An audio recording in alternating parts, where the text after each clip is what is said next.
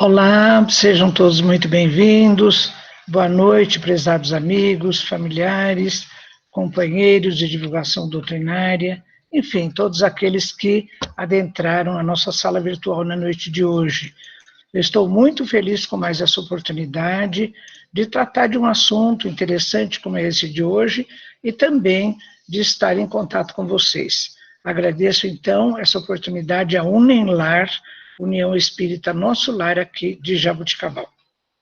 Bem, pessoal, como esse assunto tem muitas informações técnicas, eu resolvi colocar essas informações em alguns blocos. Então, eu vou desenvolver o tema da seguinte maneira: olha, nós vamos falar do papel da ciência e dos paradigmas sobre os quais nós poderemos nos apoiar para tratar dessa relação entre mente e cérebro. Vou falar das evidências de como a mente atua no corpo físico. Depois, em que lugar do corpo físico? Nas células do cérebro, afinal, em que lugar? E vou demonstrar o pioneirismo absoluto de André Luiz em dizer onde a mente atua no corpo físico. Depois, essa mesma busca ela é feita pela ciência, que apresenta alguns modelos para explicar o fenômeno. E como isso se processa, né?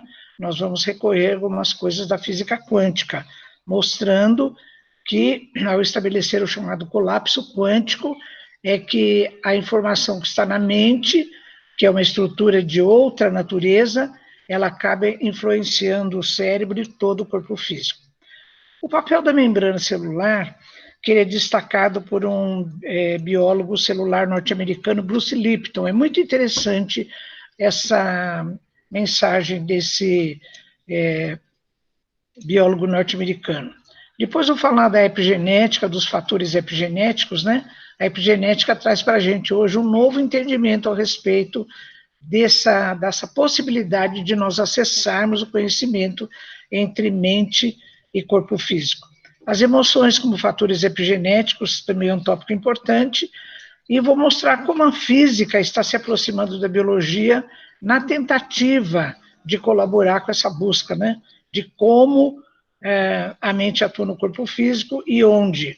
E vou falar finalmente dos planos de ressonância que justificam as leis de afinidade e sintonia, e depois vamos encerrar. Bem, então vamos lá.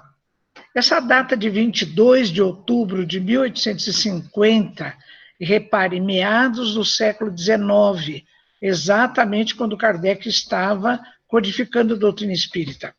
Nessa data, esse médico alemão, Gustav Theodor Fechner, peço desculpa se essa não é a pronúncia correta, ele fez um pronunciamento assim, bem evidente, um pronunciamento enérgico, chamando a atenção do meio acadêmico para que essa relação entre mente e matéria, enquanto corpo físico e cérebro, ela continuava fora da mediação científica, fora dos interesses da ciência.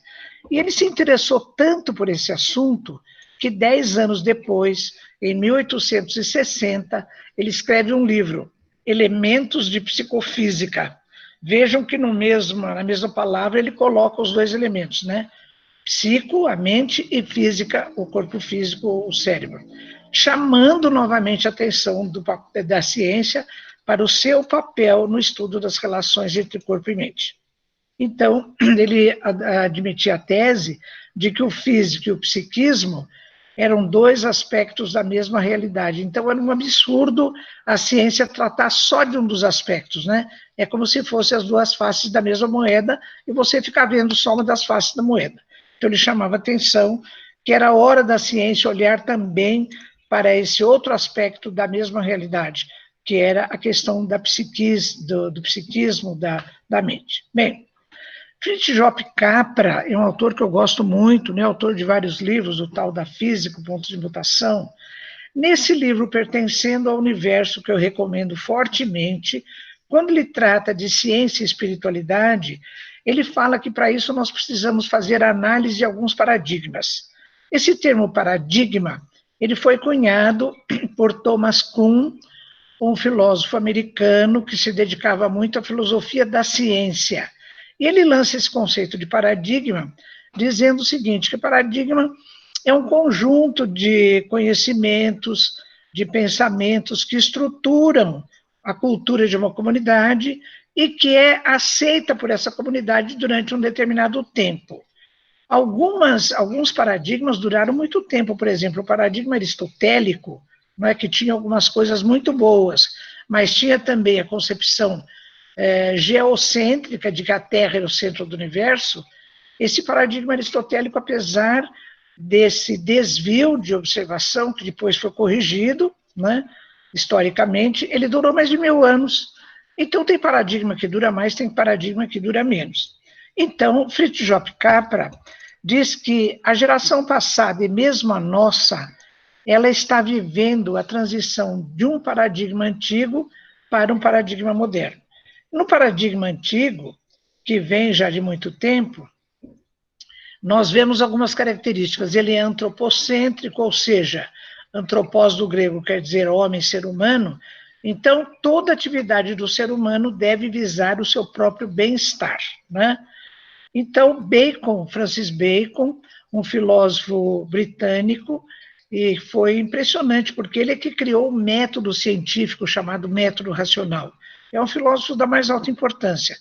Mas, no afã de tanta descoberta e tanta visão utilitarista, ele recomendava que se estudasse a natureza para conhecê-la e desvendar os seus segredos, como se a gente seria tentado a desvendar os segredos de uma mulher, né? Então, para subjugá-la, não só para conhecê-la, mas através disso para poder dominá-la e subjugá-la. Então, esse modelo de subjugação da natureza, do paradigma antigo, nós temos resíduos dele até hoje, né? Esse paradigma antigo também, ele tinha uma postura mecanicista. Foi uma coisa fantástica que o filósofo francês, René Descartes, ele postulou naquela chamada Revolução Científica do século XVII, imaginando que Deus teria criado o universo à semelhança de uma grande máquina, e tudo funcionaria segundo as leis de Newton, né? Que também era contemporâneo de Descartes. Então, todo esse paradigma, do ponto de vista científico, ele é apoiado na física clássica, na mecânica clássica, que trata das leis do macro, dos objetos, das coisas macro, né, que existem agora no nosso mundo material. Então, esse é o modelo antigo. Nós estamos na vigência, no começo de um paradigma moderno. É uma proposta ainda, porque nós temos resíduos do paradigma antigo, mas já estamos entrando no paradigma moderno. Ele é ecocêntrico ou biocêntrico, porque ele não considera mais o ser humano como sendo o centro das atenções. Todos os elementos da natureza devem ser igualmente observados. Depois, o modelo não é mais da física clássica, que trata do macro, mas da física quântica. Então, entra toda a contribuição de Einstein, de Max Planck, de Bohr, muitos outros, né? Porque essas leis da física quântica, elas são diferentes das leis da mecânica clássica newtoniana, que trata do macro, né? Ela trata do micro. Então, se no paradigma antigo nós não tínhamos elementos para cuidar do nosso tema de hoje, a gente não consegue relacionar mente e cérebro através de um paradigma antigo. Mas com esse paradigma moderno, apoiado na física quântica, nós temos algumas esperanças. Então vamos lá. Então, na visão da física quântica, nós vamos ver o seguinte, olha, esse trabalho que eu estou citando aí embaixo, em verde, ele diz assim, olha, a interação mente-cérebro se faz pela coerência quântica, que deve ocorrer em determinadas regiões cerebrais. E continua, constituindo-se no fenômeno do condensado Bose-Einstein. Eu fiquei muito animada com esse trabalho, porque eu disse, puxa vida, então a mente, através desse fenômeno de coerência quântica, vai determinar em algumas regiões cerebrais essa interação entre cérebro e mente. Então, eu nem me preocupei com essa última frase, constituindo-se no fenômeno do condensado Bose-Einstein, porque eu não tenho a menor condição de entender isso, eu não tenho formação em física. Eu coloquei aqui para vocês perceberem como a física ela está se aproximando da biologia, na tentativa de ajudar quem está procurando a entender esse fenômeno, né? Então, eu percebi já por esse trabalho, ao falar de coerência quântica, que eu precisava ter alguma informação a respeito disso. Eu me lembrei que, então, na década de 80, quando eu fiz a cultura inglesa, tinha uma moça espírita física, que também fazia cultura inglesa, e depois ela ia para a USP. Eu dava carona para ela. O nome dela é doutora Maria Cristina Abdala. Então, eu procurei o contato dela, encontrei, liguei para ela, e falei, Cristina, você lembra, tal? Falei, olha, eu estou precisando de algumas informações, você teria como me ajudar a ter algum conhecimento sobre essa coisa de física quântica e tal? E ela foi muito simpática, ela me recebeu na casa dela por 2 longas tardes e me deu algumas informações que na minha leitura, viu, pessoal, eu vou passar para vocês na noite de hoje. Peço desculpas se ela não for absolutamente coerente, mas eu estou fazendo um esforço para poder fazer uma leitura desse assunto, segundo as informações que a doutora Maria Cristina acabou me passando. Bem, a mente atua sobre o corpo. Quais são as evidências disso? O doutor Décio Iandoli, no seu livro Da Alma ao Corpo Físico, editado pela editora AME Brasil, ele diz assim, numa determinada parte, nossa mente, consciente ou inconscientemente, interage o tempo todo com o nosso corpo. E ele mostra algumas evidências. Por exemplo, ele fala muito no efeito placebo, né, que se usa muito em medicina. Então, segundo esse livro que ele cita, existe uma eficiência de 50% a 60% na administração de placebos, por exemplo, um soro fisiológico na veia, fazendo o paciente acreditar que era uma droga muito potente, ou então pílula só de farinha sem nenhum princípio terapêutico, né? Então, a eficiência desses placebos era de 50% a 60% de pacientes com dores crônicas, com depressão e com úlceras gástricas. Então, o efeito placebo funciona muito bem nesses casos. Mais ainda, segundo essa outra literatura, em pacientes com Parkinson, a administração de apenas solução salina, então coloca um soro na veia, soro fisiológico, mas fazendo a pessoa acreditar ser uma nova e poderosa medicação. Do ponto de vista de comportamento, aconteceu uma diminuição dos tremores e, do ponto de vista de análise neural, menor atividade neuronal dos neurônios comprometidos com esse comportamento de tremores, né? Então, o efeito placebo funciona. Outra ainda do efeito placebo, o efeito placebo induz a liberação de dopamina, que é um neurotransmissor, uma substância produzida por neurônios cerebrais pelo corpo estriado, que é um dos núcleos, uma massa de substância cinzenta que se encontra na base dos 2 hemisférios cerebrais. Efeito idêntico ao grupo de drogas normalmente ativas. Então, o Dr. Décio mostrou que, através de vários trabalhos, o efeito placebo funciona muito bem, né? Bom, esse autor, A.E. Stevenson, que é extraordinário, eu já citei ele em outras palestras, ele fala nesse trabalho de evidências da sugestão mental como um efeito placebo. Surgimento de estigmas e marcas na pele de indivíduos hipnotizados, aos quais se sugeria que estavam sendo feridos. Eu acho que esse trabalho nem foi o A. Stevenson que fez, e hoje, do ponto de vista ético, ele teria sérias restrições, né? De você hipnotizar uma criatura e induzir a formação de estigmas ou marcas na pele à custa de trabalho científico. Esse mesmo autor, ele ainda tem um trabalho memorável, mostrando como a mente ela atua na próxima encarnação do indivíduo. Ele estudou 2.600 casos de crianças em todo o mundo com memória de uma vida anterior. E ele acabou vendo, desses 2.600 casos, a possibilidade de 65 relatórios minuciosos detalhados, mostrando marcas de nascença e malformações congênitas associadas à vida anterior, nos casos, particularmente nos casos de morte violenta.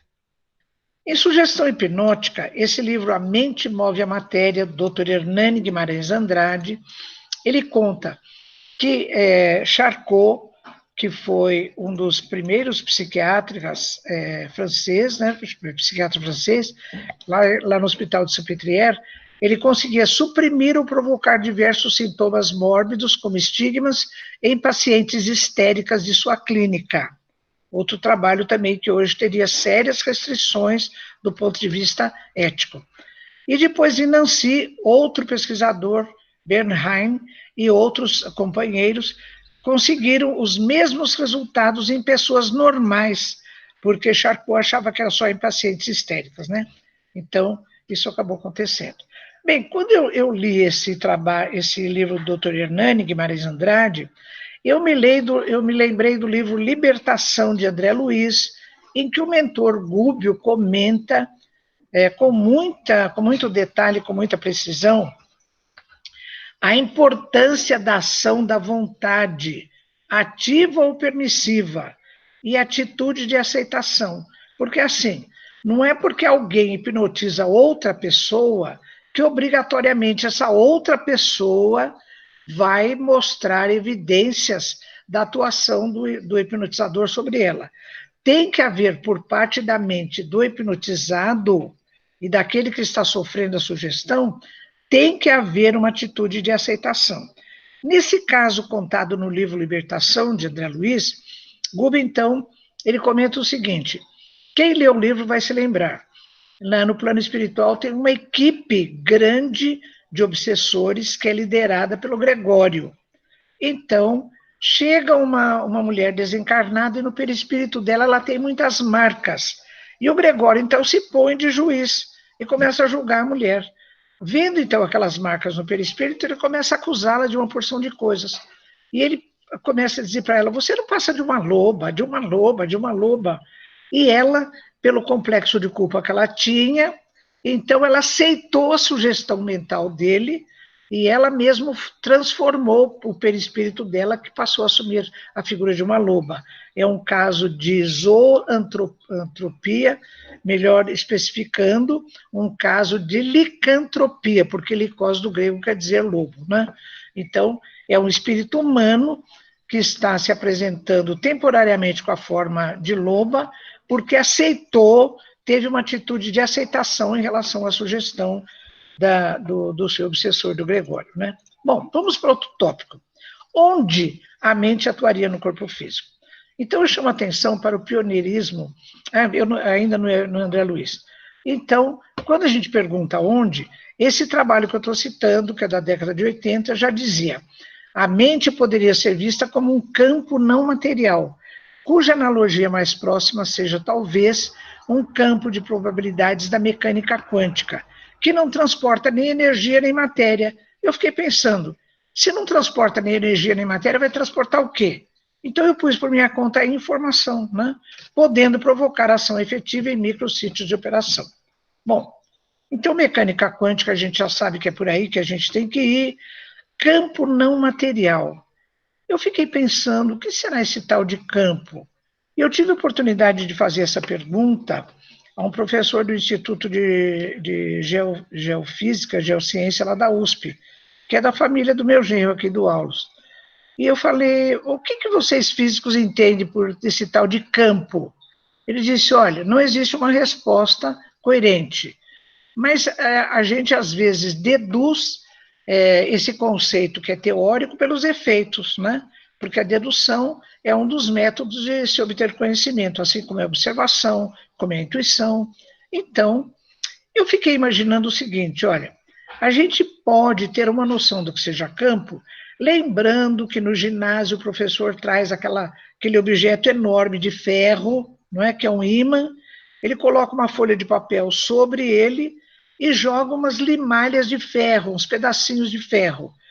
Aquelas limalhas não se distribuem assim ao acaso, mas elas se distribuem segundo linhas, formando umas linhas. Então, por quê? Porque naquele ímã existe um campo vibratório que organiza a distribuição daquelas limalhas segundo linhas de força. Então, o que tem lá no ímã é um campo, né? É uma concepção teórica, porque a gente não consegue ver isso nem nada, mas pelo menos a gente tem uma ideia do que seja esse campo não material. Mas quando a gente fala onde, existe uma revelação de André Luiz pioneira. André Luiz foi o primeiro indivíduo, acho que no planeta, que disse isso. A mente atua no citoplasma celular. Em Evolução em Dois Mundos, cuja primeira edição é de 1958, no capítulo 7, então ele diz o seguinte: olha, isso é muito bonito. Ele diz assim: O homem pode, através dos bióforos ou unidades de força psicossomática que atuam no citoplasma celular, projetar sobre as células e, consequentemente, sobre o corpo os estados da mente. Essa coisa que André Luiz colocou aqui tem uma história. Eu tive o privilégio de viajar, de fazer palestras durante muito tempo com a doutora Marlene Nobre. E ela contava que quando foi publicado esse livro em 1958, alguns médicos espíritas de São Paulo, um conversando com o outro, resolveram o seguinte: foram ao Uberaba conversar com o Chico, para falar: Chico, aqui alguém errou. Ou foi você como médium, ou foi André Luiz. Por quê? Não é possível que a mente atue no citoplasma celular. Sabe por quê? Na década de 50, teve a descoberta da dupla hélice do DNA, que está localizada no núcleo. Então é assim, o núcleo passou a ser a vedete da célula. E não era possível que uma coisa tão importante quanto a mente, a inteligência, a consciência, se ligasse no citoplasma, que era uma geleia mal conhecida. Tinha que se ligar no núcleo. Então, diz que o Chico ficou paradinho um pouquinho assim e falou: não, André Luiz está falando que é isso mesmo. Bom, olha, com certeza, essa é uma revelação pioneira, porque só na década de 90, de 1990, é que alguns pesquisadores dentro do campo acadêmico da ciência começaram a pesquisar no citoplasma se haveria essa possibilidade de atuação da inteligência ou da mente em estruturas do citoplasma, né? Bom, então eu fiquei pensando, só poderia ser assim, a mente só poderia se ligar no citoplasma, porque olha o que diz esse autor aqui, Bruce Lipton, no seu livro A Biologia da Crença. Os procariontes, que são as células sem núcleo, como as bactérias, ele fala, também são seres inteligentes como os eucariontes, que são as células com núcleo. Então você veja bem, se essa célula já é considerada pela ciência, se esse ser, uma bactéria, já é considerada pela ciência um ser inteligente, então a sua mentezinha só poderia estar ligada ao seu citoplasma, que é a única coisa que tem, não é? Então tem membrana por fora e aquela geleia por dentro, que é o citoplasma. E depois isso tem ressonância em André Luiz. Em Evolução em Dois Mundos, André Luiz diz no capítulo 2, ele se diz estudioso da estrutura mental das células. Então, as células tendo mente, e algumas células não têm núcleo, tem que se ligar ao citoplasma celular, né? Olha como as coisas vão se encaixando. Isso é uma beleza. Bom, vamos a André Luiz, Evolução em Dois Mundos, capítulo 7, né? Então, ele diz assim, olha, o centro celular ou centríolo é o local onde se faz a junção das forças físicas e espirituais, em que o impulso mental de natureza eletromagnética opera o movimento dos cromossomos.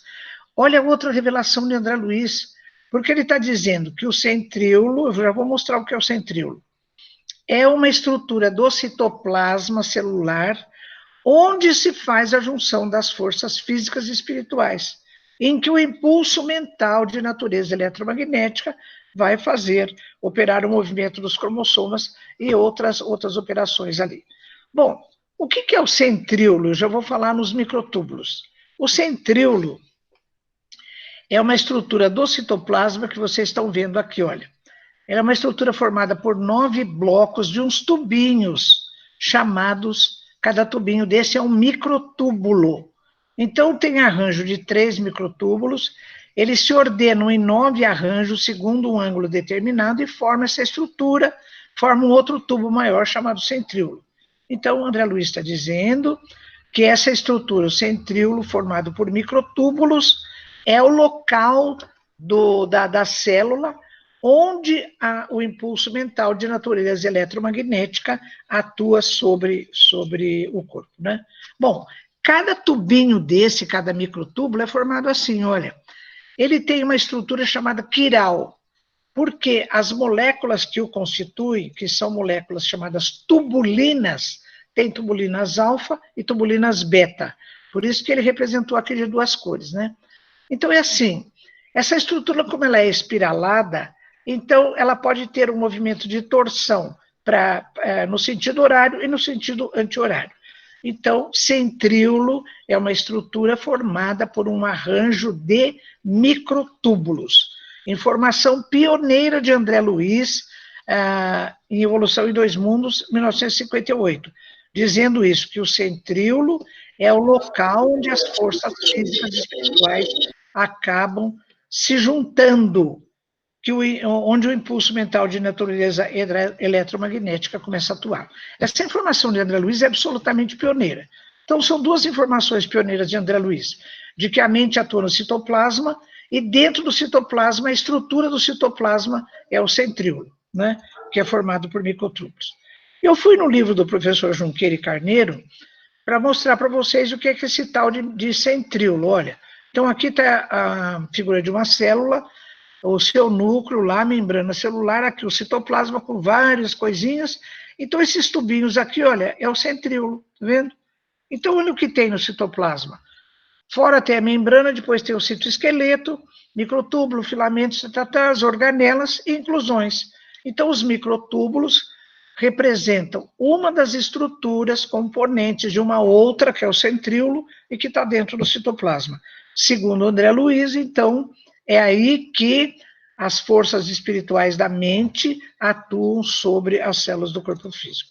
Bom, então o centríolo, microtúbulos como sítios da atuação, né?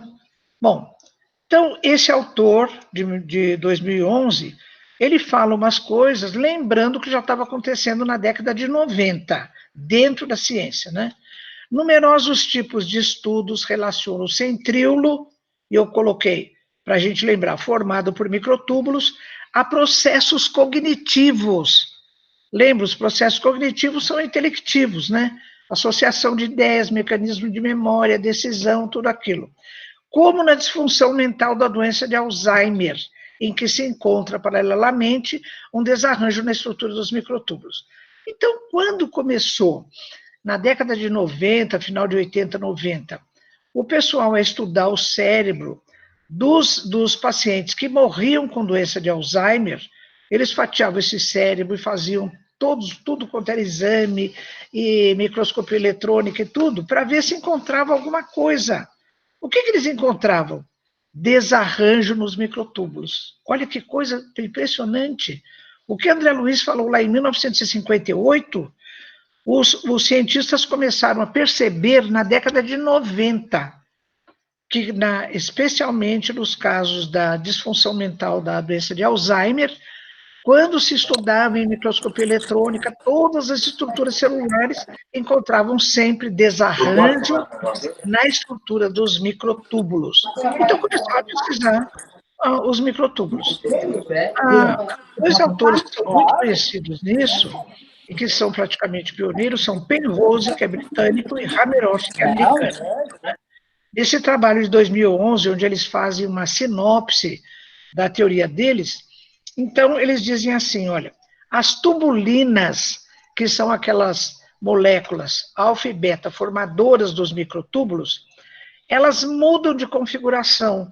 Então, como o microtúbulo tem uma estrutura quiral, né, que ele faz assim, como um caleidoscópio, né? Quando a gente muda, aquelas pedrinhas mudam de lugar, então as tubulinas também mudam de configuração. Então, eles dizem assim, olha, então eu coloquei alguns microtúbulos aqui com configuração diferente. A mudança de configuração das tubulinas representa o evento de ligação entre a dimensão quântica do pensamento e a dimensão macro das estruturas celulares. Esse é o processo pelo qual o que pensamos vai plasmar todas as ações do nosso corpo e, consequentemente, o nosso comportamento. Bom, então até aí a gente já viu. Então é nos microtúbulos, no centríolo, eles estão falando que é mudança de configuração. Aí a gente fica pensando, né? Como é que isso acontece? Eu fiquei assim, com essa pergunta martirizando a minha mente. Eu recorri outra vez à doutora Cristina Abdala. Eu disse, doutora Cristina, o que é um evento quântico? Como eu posso dizer que um evento é quântico? Ela falou, o evento quântico depende do comportamento dos elétrons. E ela fez um desenho lá para me explicar, eu estou reproduzindo aqui para vocês, segundo o meu entendimento, né, que eu já declarei que pode ser limitado. Então, vamos lá.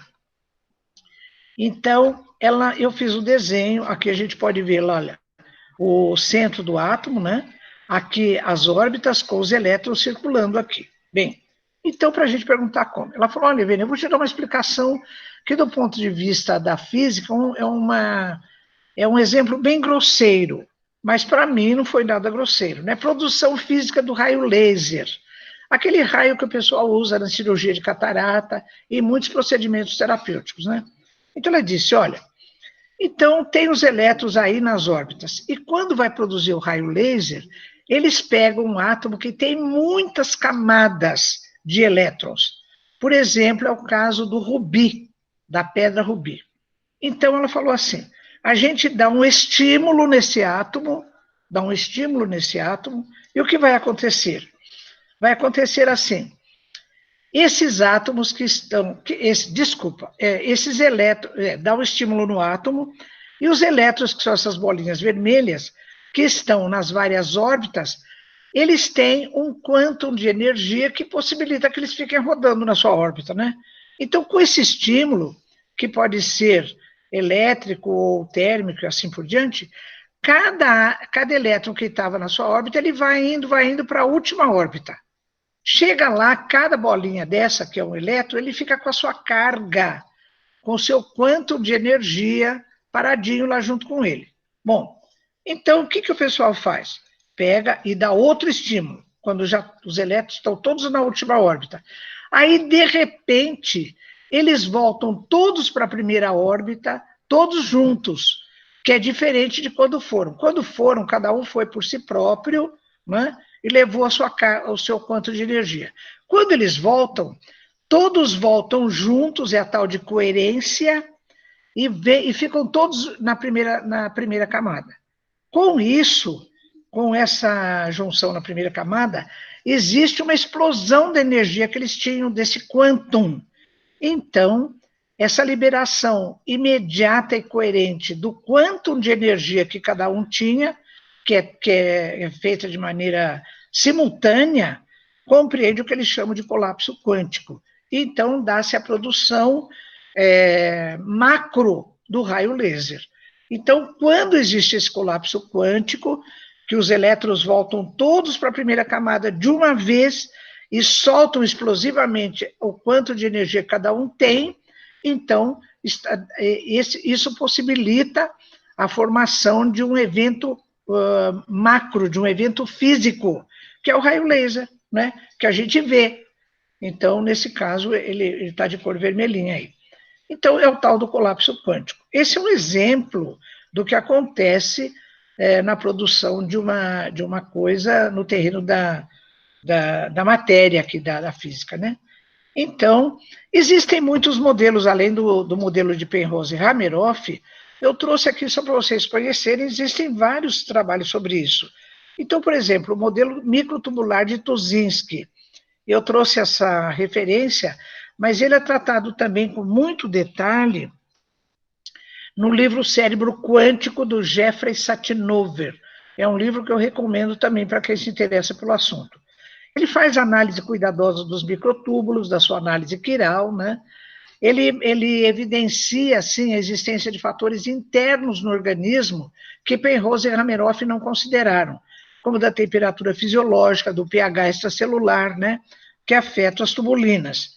E ele fala que os microtúbulos dos neurônios, eles têm um campo informacional que domina uma rede neural do cérebro. Então, existe uma coisa, uma coerência quântica diferente, que forma um campo informacional nos neurônios do cérebro, que é diferente das células, do restante das células do corpo físico, né? Então, é um outro aspecto, ele levanta mais algumas questões. Um modelo muito interessante é esse aqui, olha, teoria quântico-holográfica holonômica de Pribram. Ele fala assim, evento quântico holográfico, existe um evento quântico holográfico no processamento da informação no córtex cerebral, porque lá existem neurônios que funcionam no modo ondulatório.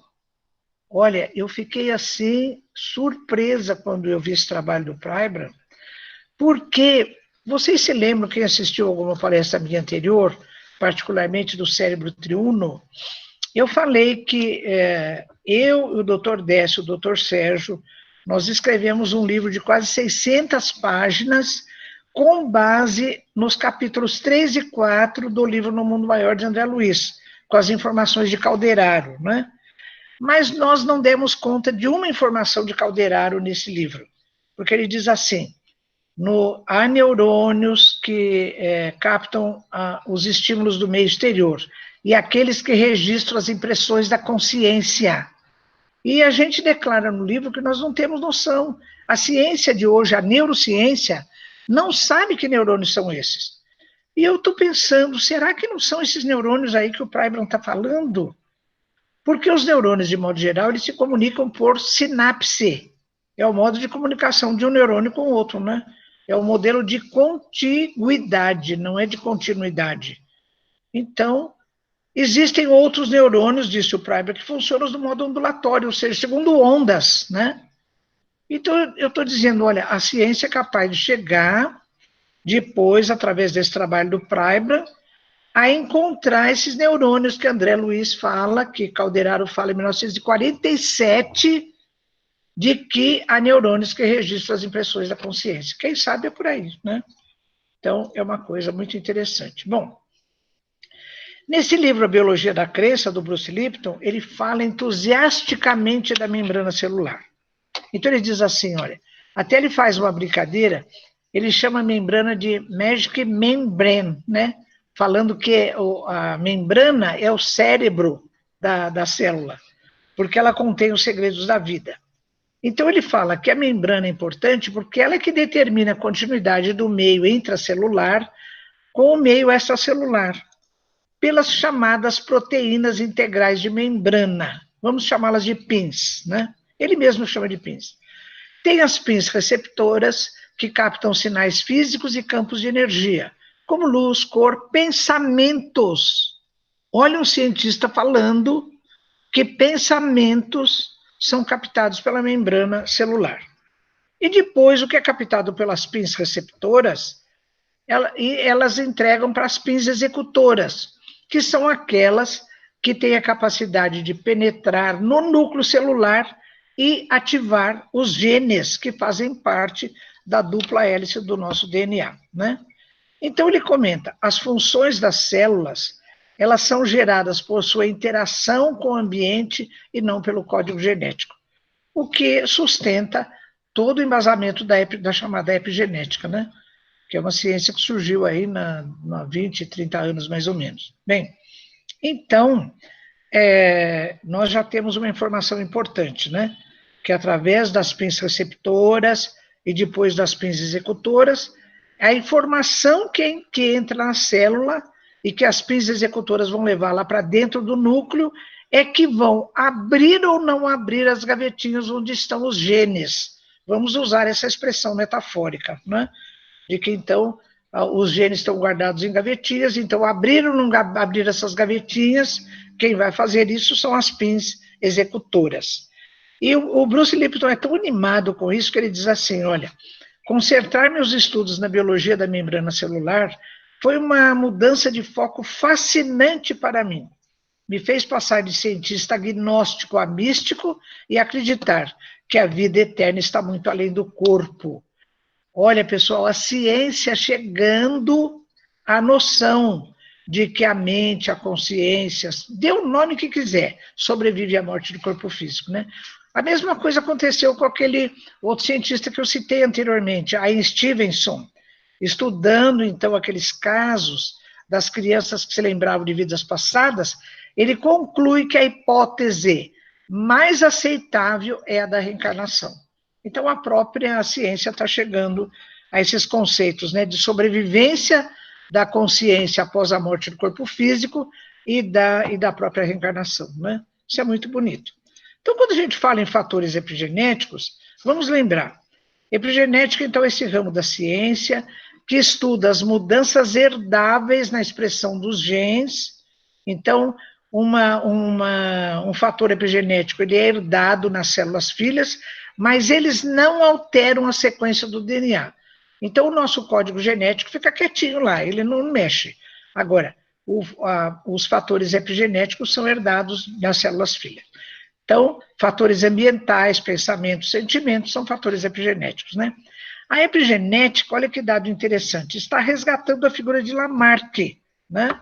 Que foi também um cientista que estudou o processo de evolução e que foi totalmente desacreditado depois dos trabalhos de Weissmann, né?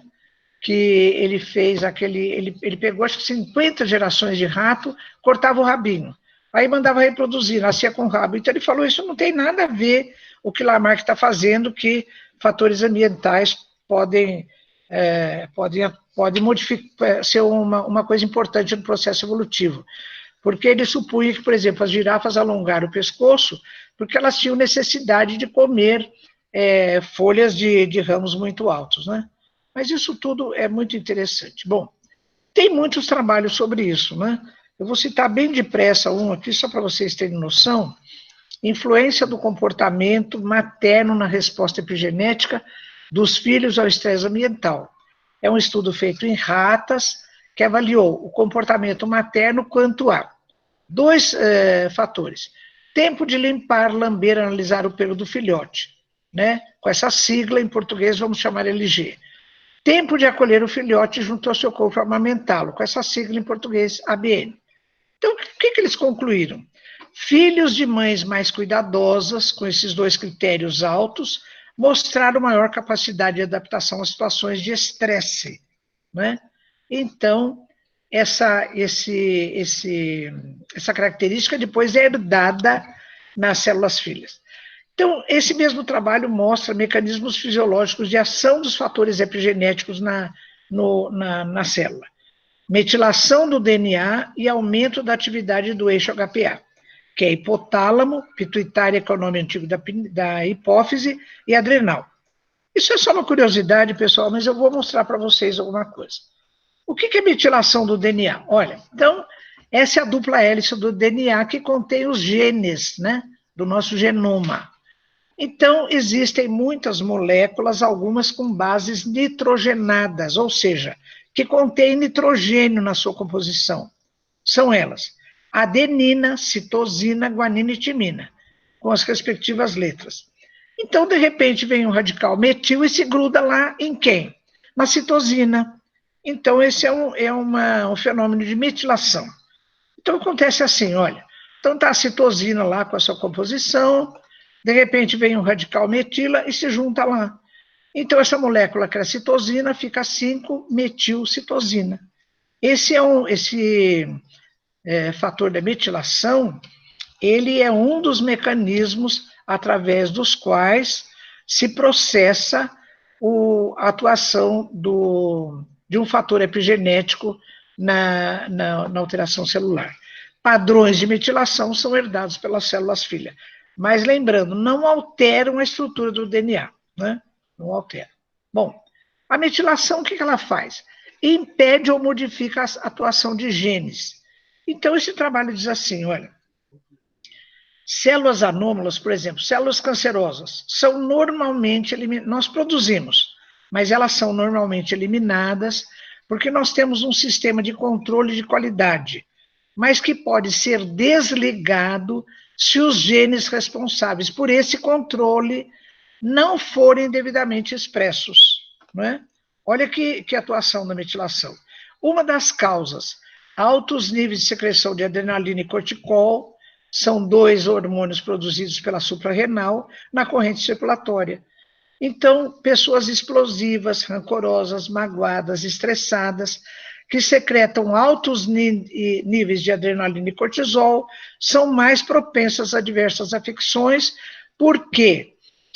Pelo fato de todos esses fatores epigenéticos atuarem lá nas pins receptoras e nas pins executoras, pode ser que desligue esse sistema de qualidade e não mate as células anômalas, como células cancerosas que nós produzimos costumeiramente, né?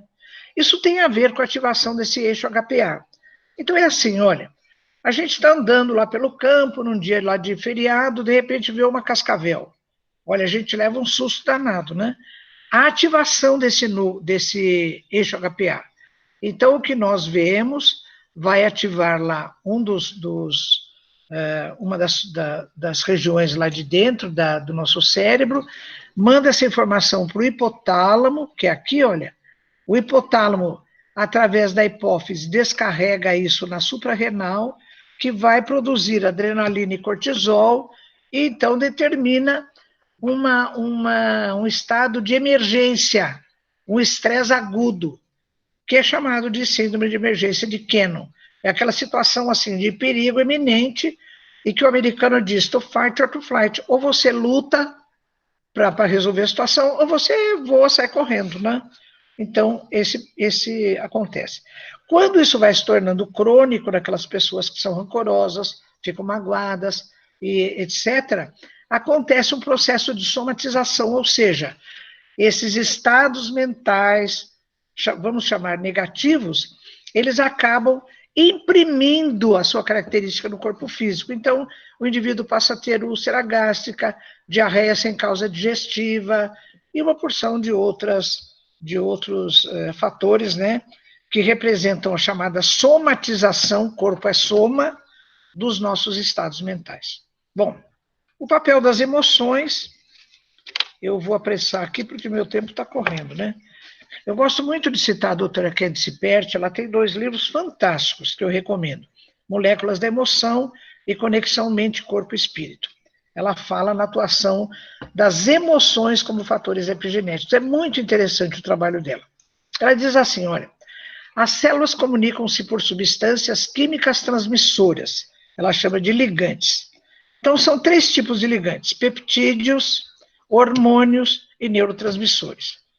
Peptídeo, por exemplo, a própria glândula pineal secreta um peptídeo. Hormônios, adrenalina, cortisol são hormônios. Neurotransmissores, a dopamina, endorfina, né, serotonina são neurotransmissores. Então, o que ela diz? Olha, cada célula tem milhares de receptores. Então, vem um ligante, que é uma dessas substâncias, e se liga a um receptor. No modelo, diz ela, chave e fechadura. É como se fosse uma chave que entra na fechadura certa e ali fica um conjunto que ela chama de molécula da emoção. Então ela diz, ao se constituir uma molécula da emoção, estabelece-se um acorde emocional, gostei muito desse termo, né? Porque quando você vai tocar uma música, por exemplo, ou no piano ou no violão, então você faz um acorde, por exemplo, você pega dó, mi, sol. São 3 notas musicais que elas têm uma coerência, elas combinam, formam um acorde, né? Então esse acorde representa o vínculo entre o corpo físico e os estados não físicos da consciência. Olha, outra cientista falando a mesma coisa, né, com uma abordagem um pouco diferente. Então, diz ela, o que está na mente está no corpo e vice-versa. Tanto que ela quer chamar essa unidade do corpo e da mente como expressão só, corpo-mente, né? Ela usa no livro dela. Porque ela diz assim, você pensa com o seu corpo e com as palavras que diz. Eu falei, meu Deus, né? Que conceito ousado. Mas olha que nós vamos ver em André Luiz, em 1958. Ele diz, a partícula de pensamento é passiva perante o sentimento que lhe dá forma e natureza para o bem ou para o mal. Tudo que o pessoal vai dizer, André Luiz já falou em 1958, 1947, né? A obra de André Luiz é pioneira, numa porção de informações científicas. Mas eu fiquei tão, assim, pensativa, eu falei, eu já vi isso em algum lugar. Você pensa com seu corpo e com as palavras que você diz? Achei. Olha onde. Fernando Pessoa, na personalidade de Alberto Caeiro, no Guardador de Rebanhos, né? No item 9. Olha o que ele diz. Os meus pensamentos são todos emoções. Penso com os olhos e com os ouvidos e com as mãos e os pés, e com o nariz e a boca. Pensar uma flor é vê-la e cheirá-la, e comer um fruto é saber-lhe o sentido. Falo, mas de onde um poeta tira uma informação neurocientífica, né? Que a doutora Candice Pert chegou a ela depois de tanto estudo, né? Para vocês verem a tal da coerência quântica, né? Da sintonia de pensamentos. E ela fala uma coisa importante, que o filho dela, que também é físico, filho da doutora Candice Perty, o Ivan Perty, ele queria fazer uma correlação entre notas musicais, o som das notas musicais e a sua cor. Porque dizem que quem tem ouvido absoluto, quando ouve uma nota, ele enxerga uma cor. E ela falou que depois de exaustivas tentativas, ele conseguiu fazer uma correta transposição matemática entre as frequências de luz das cores do arco-íris e as frequências das notas musicais. Então, você pega uma clave de sol e coloca uma oitava, olha, de Fá até Fá. Olha o que ele descobriu, olha. O Fá mais grave tem cor vermelha, o Sol laranja, o Lá amarelo, o Si bemol um tom de verde, o Si natural outro tom de verde, o Dó azul, o Ré é um outro tom de azul, o índigo, e depois o Mi é violeta. Ela vendo isso, ela disse, meu filho, mas isso são as cores do arco-íris, as cores dos centros de força, dos chakras, né, da literatura oriental. Então ela disse, olha aí os acordes emocionais.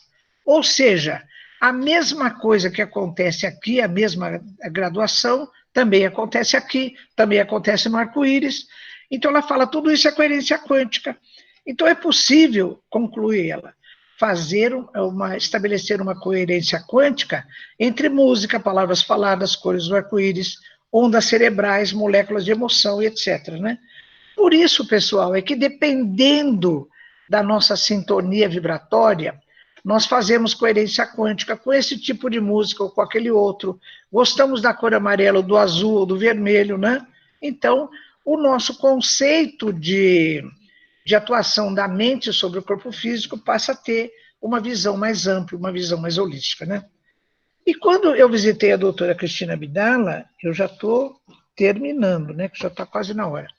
Ela me presenteou com esse livro que ela escreveu, olha, Bohr, o arquiteto do átomo. Eu li esse livro assim, desesperadamente. E eu fiquei muito animada porque é muito bonito, eu recomendo. Então ela fala do Bohr, né? Niels Bohr, Prêmio Nobel de Física, e no pós-guerra, diz ela, dos 50 trabalhos que ele produziu, só 3 eram científicos, porque além de físico premiado pelo Prêmio Nobel, ele era filósofo e humanista, porque ele se preocupava, assim, como é que a consciência age, ou seja, como Schrödinger, né, aquele outro prêmio Nobel que chamou a atenção dos biólogos, que a física não conseguia explicar a manifestação da vida, também o Bohr, ele se preocupou muito com a tal da manifestação da consciência. E apoiado, ele criou os tais de planos de objetividade com base nas folhas de Riemann, que é um modelo matemático, viu, pessoal? Não sei exatamente do que se trata isso, só sei que é um modelo matemático. Então ele disse assim, olha, numa função univalente, que é um evento macro, por exemplo, quando você vai no médico e ele bate com aquele martelinho no seu joelho, só tem uma resposta, né? Então, quando ele bate certinho no lugar, você tem um estiramento da sua perna. É uma função equivalente. Mas ele falou assim, às vezes, você tem uma função multivalente, que eu simbolizei com essa mola aí. Aliás, a própria Cristina Abdala faz essa referência, né? Então é assim, as camadas inferiores da mola representam uma dimensão objetiva da consciência. Porque eu falo assim para você, por exemplo, olha, você pode, por favor, pegar uma cadeira para mim? Então, todo mundo sabe o que é cadeira, ela sabe o que é cadeira, pronto, acabou, não é? Mas se eu digo, por exemplo, assim para uma pessoa, hoje eu estou pensando no banco. Então, a pessoa que está me ouvindo diz, banco, será que a Irvine está se referindo a um banco de jardim, a uma instituição financeira, ou então ao banco que tem lá na casa dela, que é mais sofisticado, ou então a um tempo do verbo bancar, hoje é o banco almoço da família. Então, precisa de mais informações e de resgate do banco de memória para que a gente vá construindo uma ideia a respeito daquilo, né? São as camadas superiores, precisam, então, do nosso banco de memória. Então, diz ele, assim, quando você chega lá em cima e entende do que se trata, aquele insight, o que nós chamamos de cair a ficha, esse é o evento quântico, né? Em que informações que vêm pela palavra, ou que vêm por uma frase escrita, acabam chegando à sua consciência e determinando o seu pensamento. Esse é um evento quântico. Então ele conclui, A mente é um conjunto de planos complementares de consciência. É uma coisa muito bonita, a maneira como um físico vê essa coisa, né? Então, para terminar, eu mesmo pus aí, existe uma ressonância de conceitos, né? Nessa tal de sintonia e afinidade, das folhas de Riemann, que é aquele modelo matemático, com os planos de objetividade do Bohr, do corpo-mente da doutora Candice Pert, do modelo quântico-holográfico do Preiban, daquele trabalho que ele fez lá, o filho dela, o Ivan Pert, né? As bases das leis de afinidade e sintonia. Então, isso dá para a gente uma visão mais ampla, holística da interação cérebro-mente, né?